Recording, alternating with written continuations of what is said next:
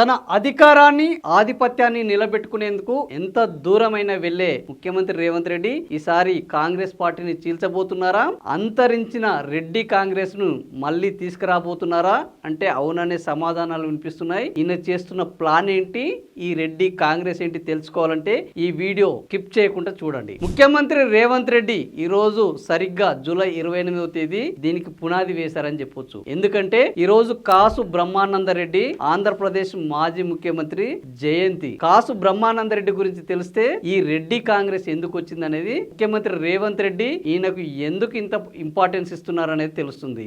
కాసు బ్రహ్మానంద రెడ్డి గుంటూరు జిల్లాకు చెందిన ముఖ్యమైన ఒక రాజకీయ నాయకుడు. అక్కడ పిరంగిపురం నుంచి ఎమ్మెల్యేగా ఎన్నికై తన రాజకీయ ప్రస్థానాన్ని కొనసాగించారు. 1964 నుంచి 1971 వరకు ఆంధ్రప్రదేశ్ కు 7 సంవత్సరాల పాటు ముఖ్యమంత్రిగా పనిచేశారు. ఈయన ముఖ్యమంత్రిగా పనిచేసిన సమయంలోనే 369 మంది తెలంగాణ బిడ్డలను తెలంగాణ తొలి దశ ఉద్యమంలో 1969లో పొట్టన పెట్టుకున్నారు. కనీసం వాళ్ళ శవాలను కూడా బంధువులకు కుటుంబాలకు ఇవ్వకుండా దహనం చేసిన దాష్టిక రాజనీతి కలిగిన రాజకీయ నాయకుడు ఈ కాసు బ్రహ్మానంద రెడ్డి. ఈయనను కట్ చేస్తే తెలంగాణ మలి ఉద్యమంలో రేవంత్ రెడ్డి కూడా ఇదే విధానాన్ని కొనసాగించాడు. తెలంగాణ ఉద్యమకారులపై రైఫిల్ ఎక్కుబెట్టి రైఫిల్ రెడ్డి పేరు తెచ్చుకున్నాడు. ఆ తర్వాత తెలంగాణ వచ్చిన తర్వాత తెలంగాణ ప్రభుత్వాన్ని కూలగొట్టడానికి చంద్రబాబు నాయుడుతో చేతులు కలిపి ఓటుకు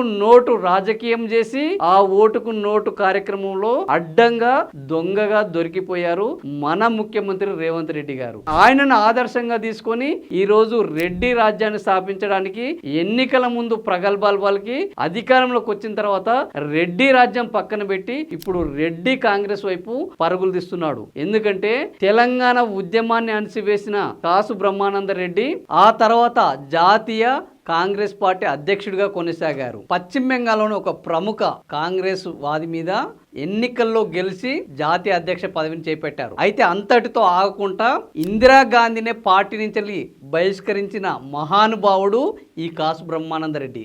ఆమెను బహిష్కరించడంతో పాటు రెడ్డి కాంగ్రెస్ ను స్థాపించిన గొప్ప కాంగ్రెస్ వాది ఈ కాసు బ్రహ్మానంద రెడ్డి. అయితే ఇందిరాగాంధీ తోటి తలపడలేక చివరికి 1980 సంవత్సరంలో ఈ రెడ్డి కాంగ్రెస్ ని ఇందిరా కాంగ్రెస్ లో విలీనం చేశాడు. ఇప్పుడు ఆ అంతరించిపోయిన ఈ రెడ్డి కాంగ్రెస్ ని మళ్ళా ముఖ్యమంత్రి రేవంత్ రెడ్డి తీసుకురావాలనుకుంటున్నట్టుంది. అందుకనే 24 గంటలు ఇందిరమ్మ పాలన తీసుకొస్తాను, ఇందిరమ్మ రాజ్యం చేస్తాను అని చెప్తున్న మన ముఖ్యమంత్రి రెడ్డి ఇందిరమ్మను బహిష్కరించిన ఈ కాసు బ్రహ్మానంద రెడ్డికి నివాళులర్పించడము ఇప్పుడు చూస్తుంటే ఆ కాసు బ్రహ్మానంద రెడ్డి విలీనం చేసిన రెడ్డి కాంగ్రెస్ ని మళ్ళా తీసుకురాబోతున్నారా అన్న అనుమానాలు మొదలవుతున్నాయి. అంతేకాకుండా తెలంగాణ ఉద్యమానికి వ్యతిరేకంగా చేసి తెలంగాణ ప్రభుత్వాన్ని కూలగొట్టడానికి పనిచేసిన ఈ రేవంత్ రెడ్డి తెలంగాణ ఉద్యమకారులను పొట్టన పెట్టుకున్న కాసు బ్రహ్మానంద రెడ్డికి సీఎం హోదాలో నివాళులర్పించడము, ఆయన గురించి పొగడడం చూస్తుంటే అటు కాంగ్రెస్ కు వ్యతిరేకంగా పనిచేసిన వ్యక్తికి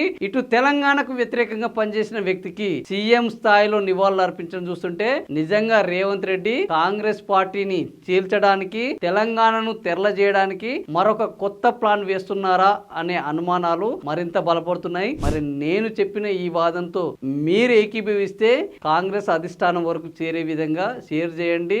మీ అభిప్రాయాన్ని కామెంట్ల రూపంలో తెలియజేయండి. ఖచ్చితంగా లైక్ చేయండి. ఇలాంటి వార్తల కోసం మా ఛానల్ని సబ్స్క్రైబ్ చేయండి. Thank you for watching this video.